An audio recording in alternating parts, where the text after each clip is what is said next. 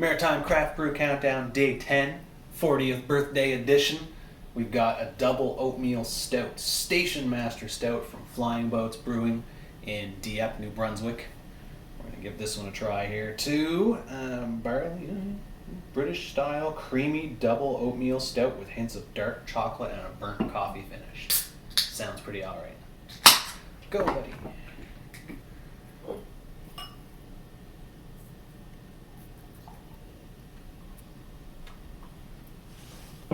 Okay. I like that nice dark brown foam. Ooh, smells really nice. Don't get nearly as much coffee as the last one. This one's more of a, just a creamier stout, I guess. But let's see.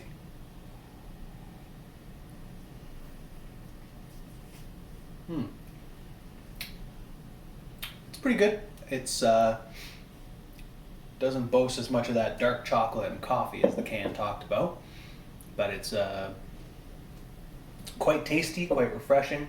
I probably should have let it warm up just a little bit, but I don't have anything bad to say about this one. I'm going to give it a 3.5 and have another drink.